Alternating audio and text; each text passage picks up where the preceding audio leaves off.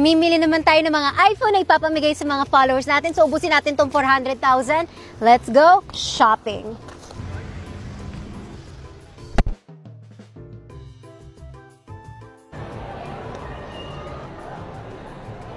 Dati kailangan ko ng mga iPhone na worth 400,000. Oh, okay. Sige, ma'am. So, ilabas ko na. Labas mo na lahat. 400,000. Yes. Wow, ang dami nyo naman!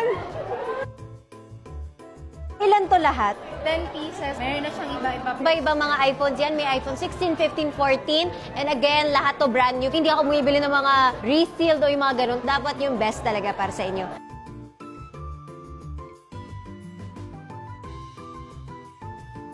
Lahat yan naka-sealed. Ako lang po ang mag-open para makita nyo yung itsura. Dalawa lang open ko, promise.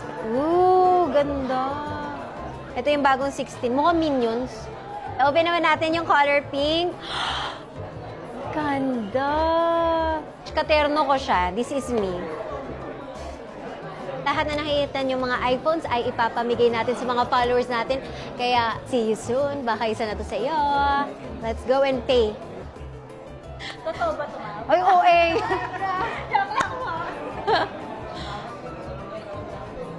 Thank you. Ayan na. Let's go.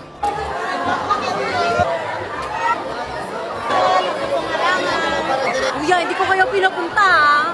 Nag-mall lang ako tapos dumating sila, Kuya Guard. Lagi na lang ako nahuhuli ng mga guard. Ang dami nila.